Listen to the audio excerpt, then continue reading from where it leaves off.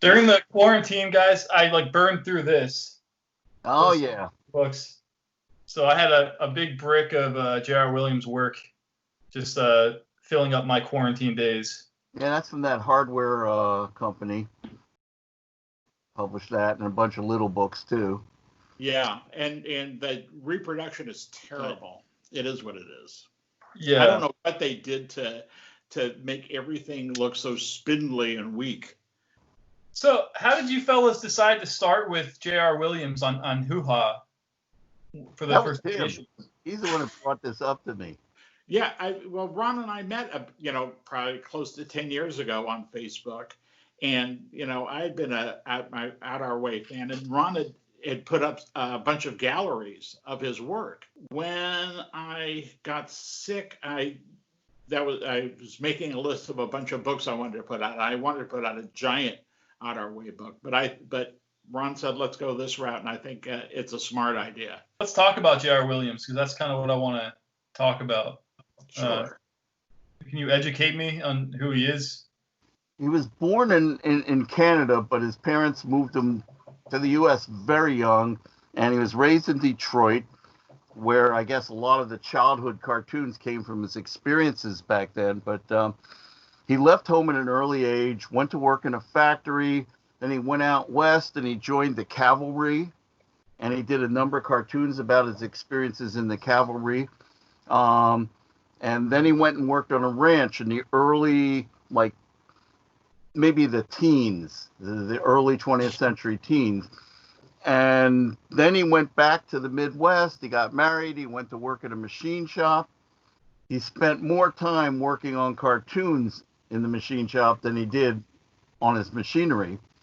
And finally sent a batch of them off to the NEA syndicate. And he said, hey, we'll take this. And the first ones appeared around 1923. The following year, he started introducing the cowboy panels, which were very, very accurate. I mean, there were cowboys in comics before, but they were like, Mutt and Jeff go out west, or something like that. Or they went to fight Pancho Villa or something, and they go to Mexico. But really authentic cowboy comics started with J.R. Williams. And in this book over here, Smokey's Saga, the third Hoo-Hah book, this is the one where we discuss the origin. We feature the earliest cowboy strips. In 1925 and 24 and 25, the cowboy panels only appeared every 3 days or so. It wasn't a strict day-to-day continuity like we know it with Dick Tracy or Annie or something like that.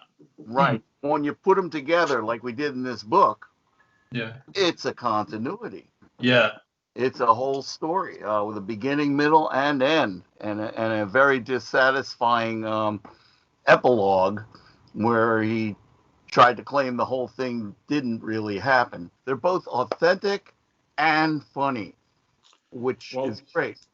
Let me kick it a little about Williams. What really impresses me about him is that he didn't really start the strip until he was almost 40, or it may have even been 40. So he had lived an entire, back then that's like an entire lifetime, and gathering life experiences with all these varied, careers, the army and the cowboys and being, in the machine shop and going everywhere, traveled everywhere. He's born in Nova Scotia and traveled the width and breadth of the United States and worked in all the four corners of the United States. Before he sat down to do his cartoons, he had an entire life experience. Yeah. And that's why I think his depth and his understanding, he worked really hard for a living doing incredible things. He had a lifetime's worth of experience to draw on. And he was like from the get-go, he was very authentic. To be able to look back nostalgically on his life from the vantage point of the 20s and 30s. So we're talking about, the turn of the century or earlier, and have it so fresh in his mind. It's absolutely unique. I don't know of another cartoonist who gave us a vantage point like that. And he looks at American life not from here or there, from dead on experience, and he's able to communicate it so beautifully that he shows us things I've never read in prose or in histories or anything like that. He just I think we would get a better idea of what it was like living at that time from him than from possibly any other cartoonist.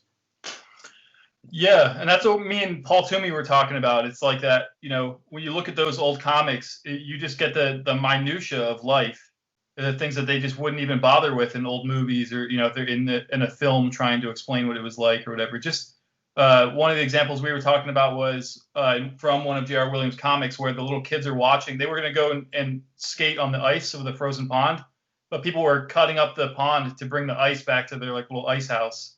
And they're like, Yeah. oh, man. It's because they didn't have refrigerators. That's just what you did. Yeah.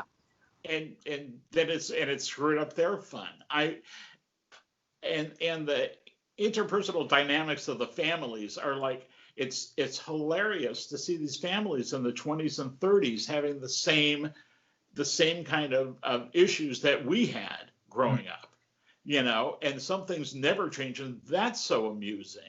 The interplay between the siblings, and all of that.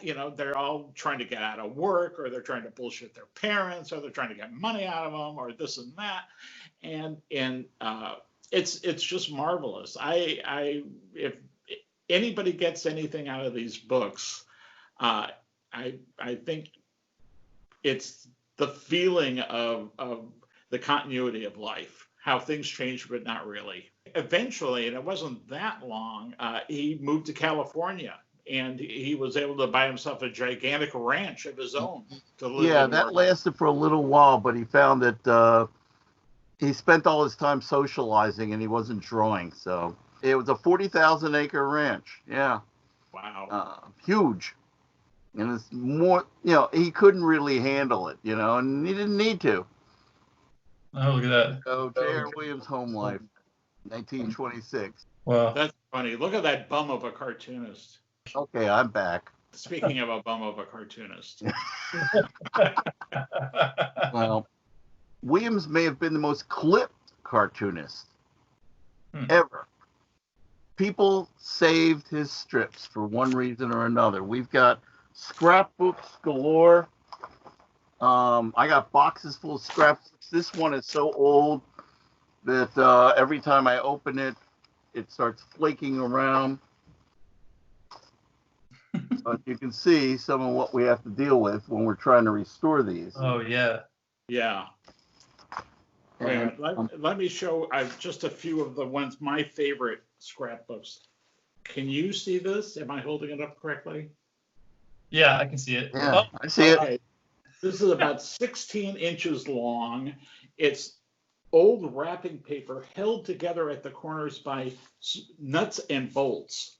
Wow. Maybe somebody worked in a machine shop. Possibly. And, see, the cover fell off. And what they are is, because they used to be printed side by side, is our boarding house on one side and Out Our Way on the other. Because in a lot of papers, they were teamed up that way. Huh. Yeah, sometimes newspapers would mix up the titles, too. Yes, they would. Because the editors didn't read them. But it's amazing. Somebody went to all this trouble. Oh, my God. And here's another box that you would usually find in your grandma's underwear drawer. It probably had stockings or something at one time.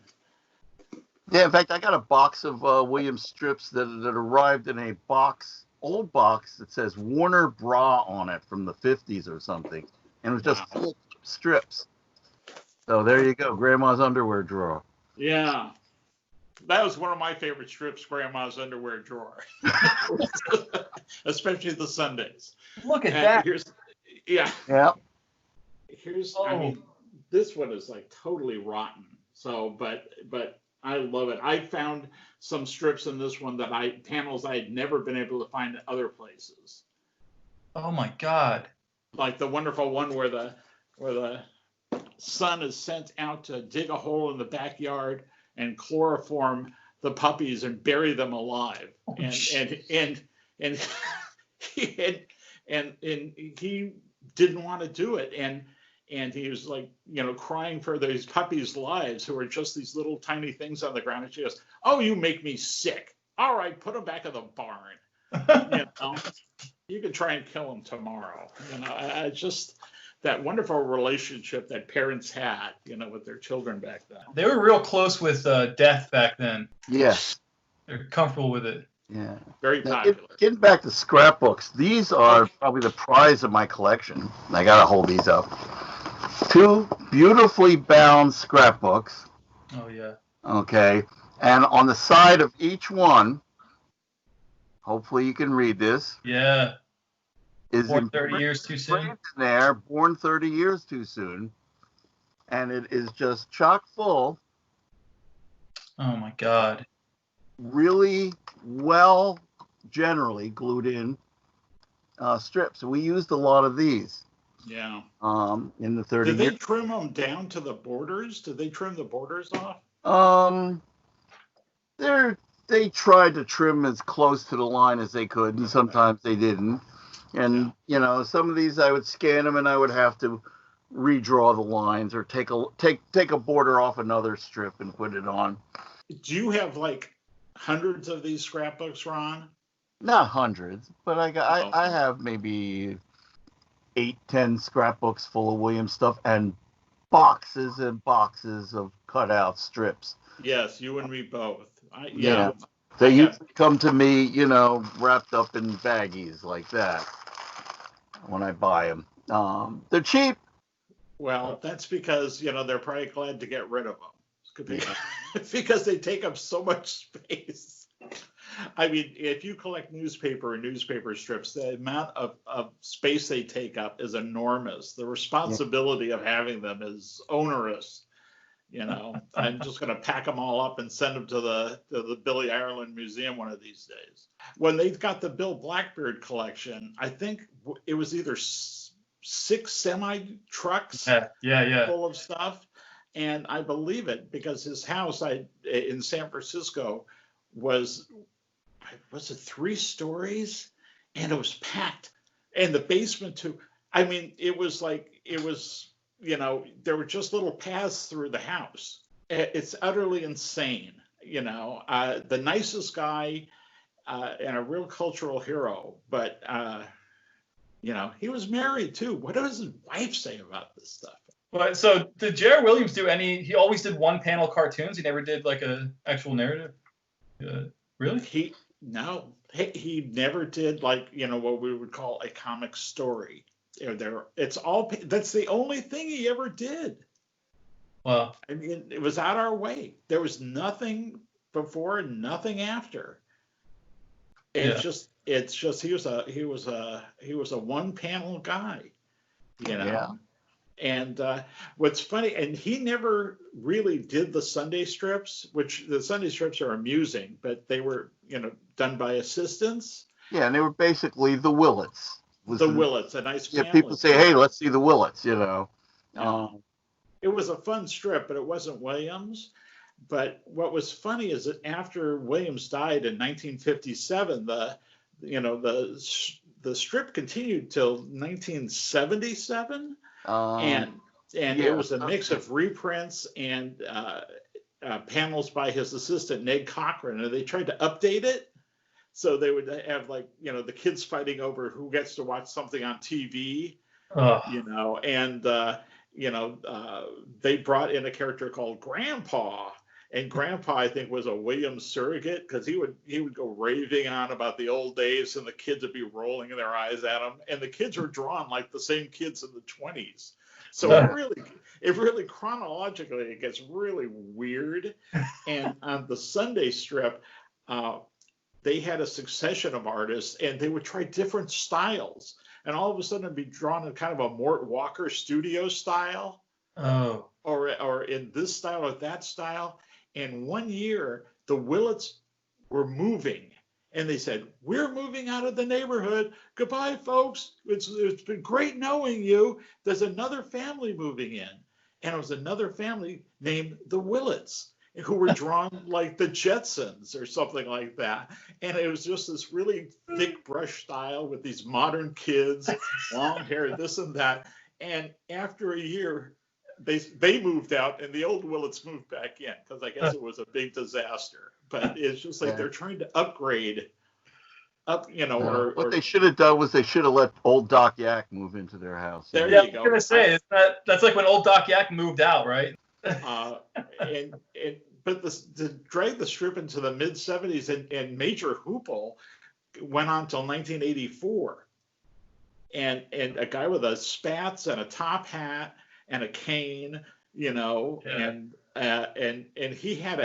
he and his neighbor over the fence, they would complain about hippies and stuff like that. Well, isn't that Major Hoople had a hippie friend named Ziggy, who ran an antique store. I want to do an article showing all these, desperately trying to update these characters. It's mind blowing. I mean, Gasoline Alley had that problem too. You take something that's from the 20s or something, and now you look at Gasoline Alley, and it's like a southern strip because the artist lives in North Carolina, so he's got these like hillbilly characters, and it's creepy. And he didn't kill Walt and Skeezix; they're still alive. Yeah. Well, I put up Walt's wife died.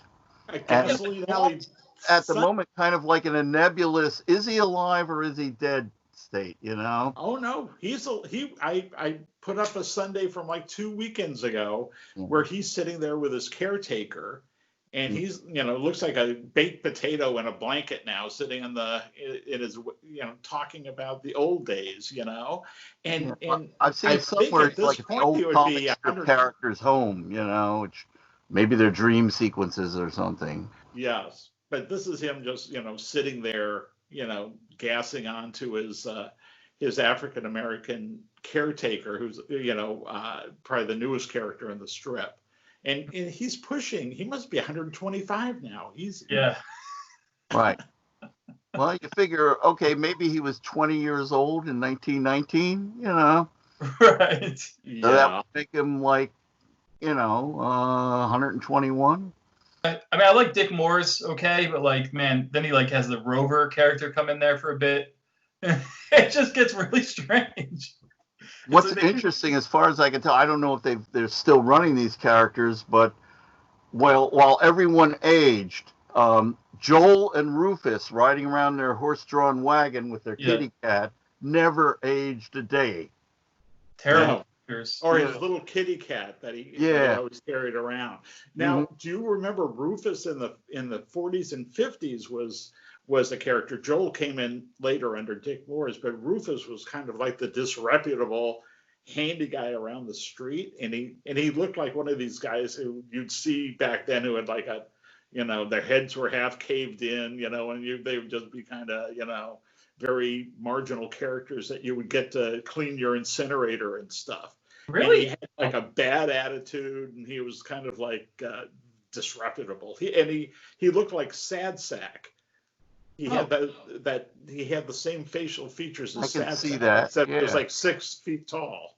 Who drew? Was that Bill Perry who drew him? No, that was King. At least it was signed by King. Yeah. Yeah. Well, Moore started helping him, I think, 1956, and by the 1960, had pretty much taken over drawing it, and I think King gave up the writing a couple years after that. So Rufus was a kind of a creepy character in the beginning, right? And then what happened? Like, well, I think Dick, he would just come and go. He'd only show up, once in a while. How come our boarding house was was always next to Out Our Way. Same syndicate. There were panels, same syndicate, and they were both panel strips. Okay. So NEA sold all their features as a package, and you could just, you just bought, if you were like, a small town paper, you would just buy their package, and they'd send you all of their strips and all of their features and and you could just use what you wanted. And you didn't pay like more for Out Our Way than you did for Our Boarding House. You just got them all, and you either used them or you didn't. And I think people just naturally paired them together,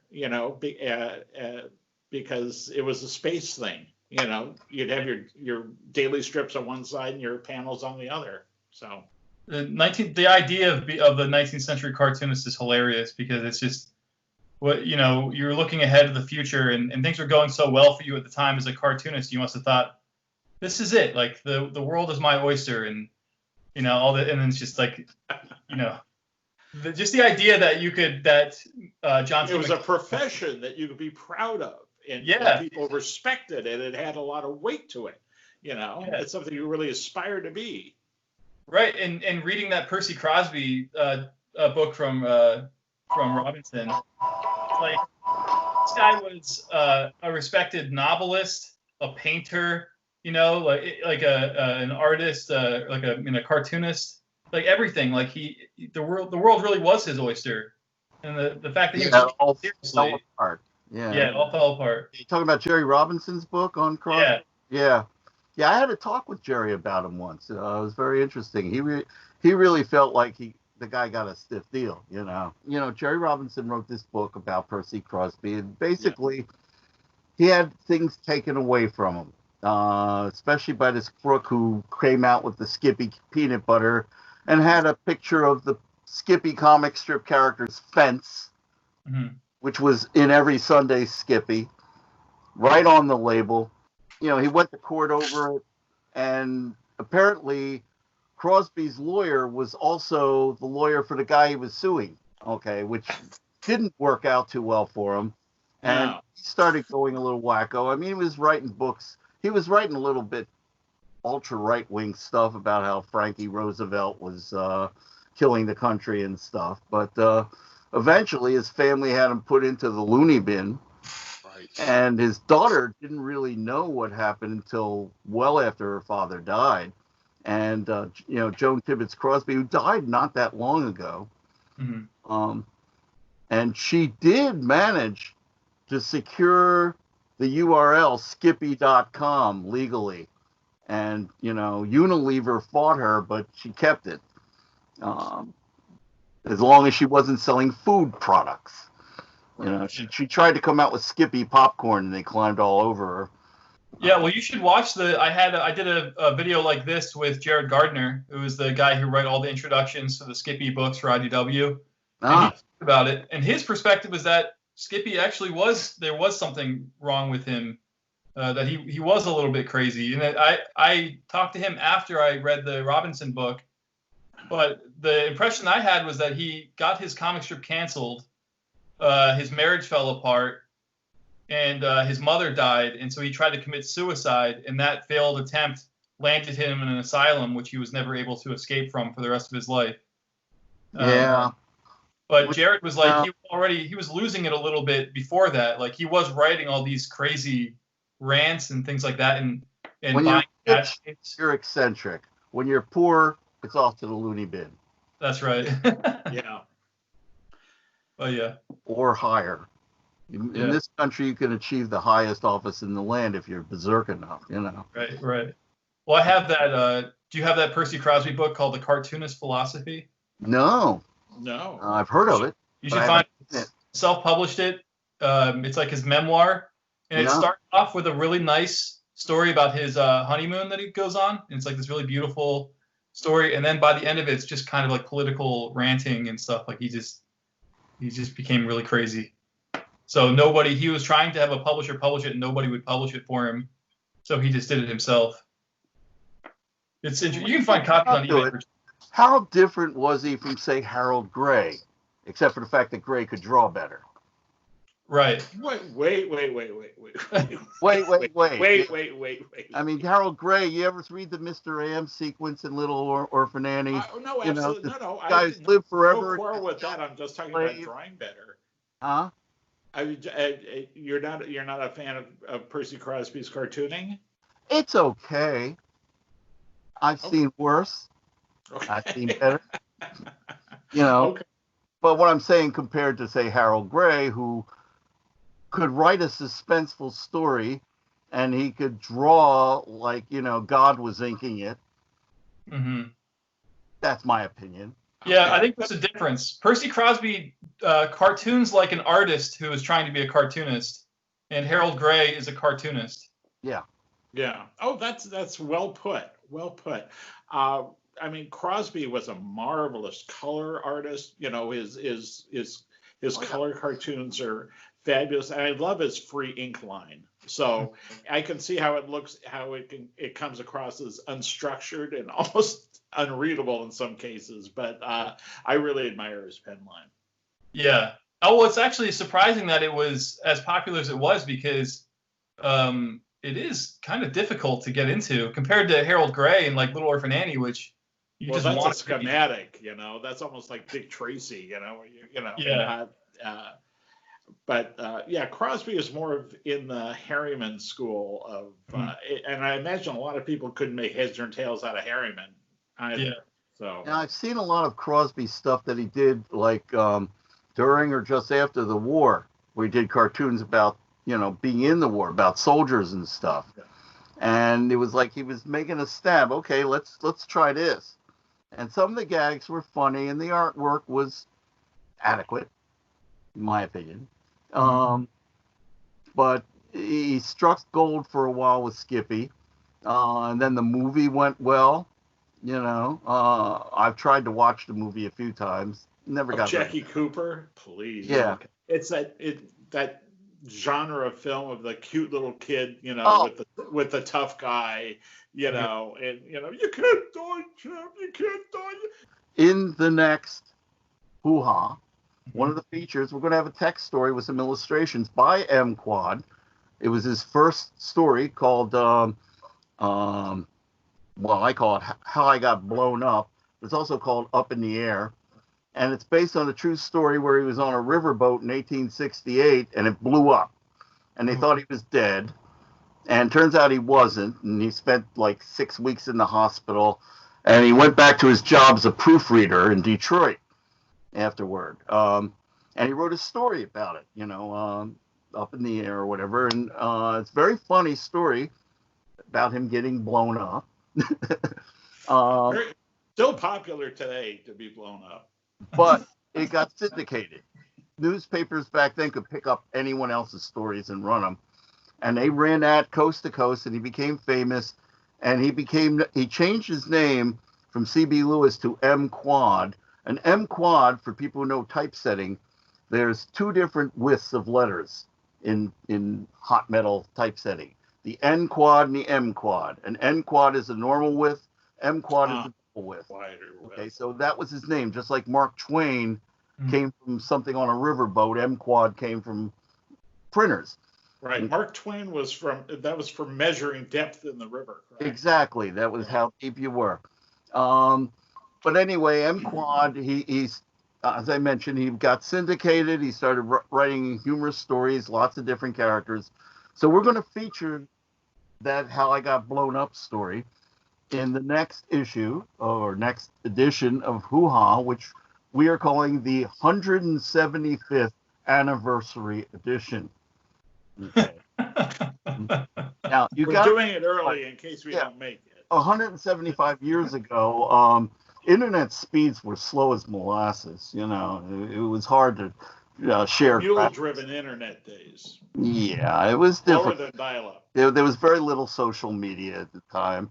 But we have a lot of interesting stories and cartoons and comics, and we have a couple of interesting features. We have one that we've acquired from Ken Quattro about this comic strip he did kind of as a, not that he did, that this man who worked for the Daily Worker, this comic strip about a kid named Lefty that was kind of a reaction to Little Orphan Annie, only from a extreme left viewpoint. And so it's a wonderful article with lots of great artwork. We have some great stuff from Bruce. We have sketchbooks. This young lady did when she was about 9 years old in 1910 of different characters. Well, like here's Desperate Desmond. Okay. This is all fixed up and blown up. It was obviously. And these were all in a little teeny weeny book. I love this page. It was done on loose leaf paper. Oh, man. And the idea was to try to restore this to appear in a black and white book, but still leave you with the impression that this is on a loose leaf paper sheet. So Bruce has come up with a nice article about these amateurs who left behind sketchbooks and things of comic characters that they drew on their own. It's also about what celebrities comic strip characters were back then. They were as big as the biggest movie or radio stars.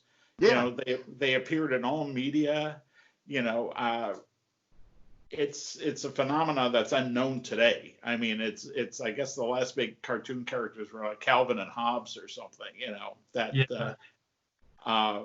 But that had a universal impact that people would draw their like, you know, all these people drawing Smiling Jack. And it's just right. It's something compelling that they were felt that they had to do. But they didn't, you know, it's not like they did stories or anything. They would just draw the characters. Yeah. Where did you find the sketchbooks? Oh, I found them at antique stores. You know, I found one on eBay. You know, some guy passed around the Ernie McGee stuff. I bought some stuff from his estate. You know, whenever I can find stuff like that, I've been grabbing it for years. You know, I finally had a big enough pile to actually want to do something. I mean, these are originals. I mean, you know, people used to just fill up books with, you know, all these comic heads, you know, and it's just like for like no, you know, it's like you're not doing anything with them, you know. So you have all these like cockeyed versions of all these characters, which are fun to look at. The main feature in this 175th anniversary edition is centering on a cartoonist named Maurice Ketten. Okay, his real name was Prosper Fiorino. He was born in Italy in 1875. It was a fascinating story, which you'll have to buy the book to find out about how he got to the U.S. and became a cartoonist. But he originally was a fine artist, studying at this fancy institution in Paris. And he came to the U.S., changed his name, and became Maurice Ketten. Got hired at the New York World in 1907, which is back when Joseph Pulitzer was running it. Although he was running his newspaper from his yacht, and he was totally blind by that point. So he probably never saw a Ketten panel. But I don't know if we can see some of this. This is one about the subway. Oh, it's animated. Yeah. First, wow, that's awesome. Has something like 85 characters in it, jammed into a subway car. Okay. And he's got a wonderfully snarky sense of humor. Yes. Especially for, like, you know, someone whose English was a second language. Usually, you know, they don't get the idiom, or, you know, it's kind of stilted. Ketten is very funny. I had never seen him before, and I think this is a wonderful discovery. You know, yes, there's apparently never been a book reprinting any collection of Ketten's stuff. I mean, in fact, I've never even seen his stuff in a book, although it's possible that it may be a panel or two here and there. Yeah, he's very funny. I think people are really going to get a kick out of this. It may be considered bad taste, but I think it's funny. This one is from 1918. They're in the height of the flu pandemic in New York, and here's a lady saying, "Oh, I wish I had a seat." And the old guy next to him says, "Don't worry, I'll take care of that in a minute."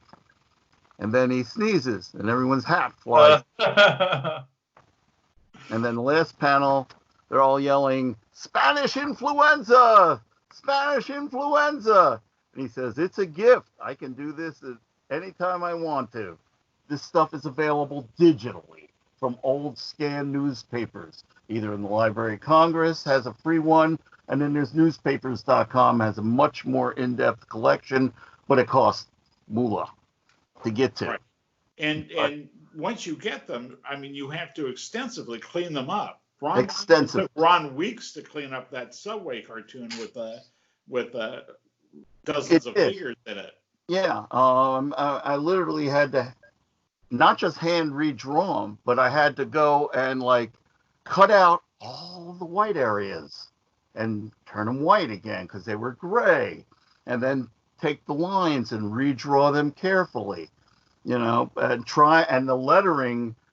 Oh, I don't want to tell you about what I have to do with the lettering, but I'm trying to get it to look like what his work looked like in, 1910 or 1914 or 1918. Ketten lived till 1965, but his work pretty much vanished from newspapers in the 1930s. But he was very popular.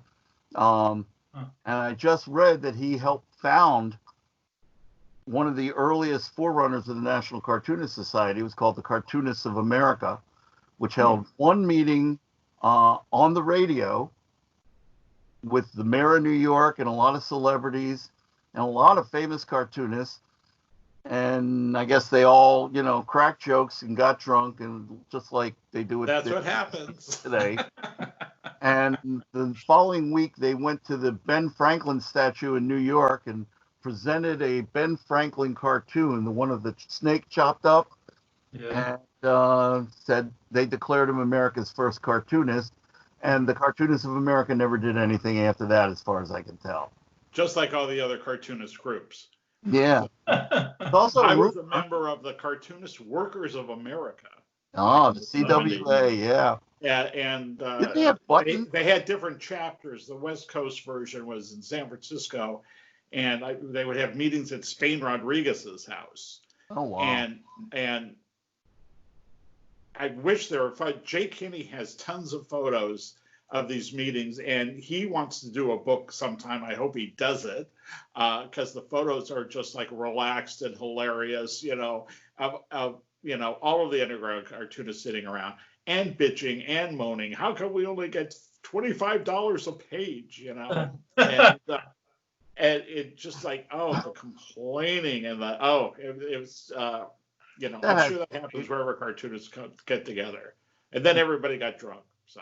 Yeah, that's what happens. But now, a story I once heard, I think it was from Larry Katzman, who did Nurse Nellie cartoon. Nurse Nellie. Okay. Yeah, Nellie the Nurse, not the one from Marvel Comics. Right. It was a panel cartoon, a gag panel. It was syndicated for a while. Larry Katzman's no longer with us, but he told me that he heard this from Rube himself. Rube Goldberg supposedly went to a meeting of cartoonists trying to form some kind of club with Mark Twain in San Francisco. It's possible. It would have had to have been like before 1905 when Rube went to New York. So who knows? It may just be something he made up. Viewers, get your phone out and take a photo of that. Where does it take you, Ron? Hoo-Hah.net. Oh, okay. There you go. And you can order any of our books, find links to Amazon from there. There's other special features. I got a couple of animated GIFs, some cartoons, some sequences, all kinds of things. So, and we'll be updating it, and we'll have information about, the 175th anniversary edition soon. If you like the 150th one, you will be crazy for the 175th. Oh, yeah.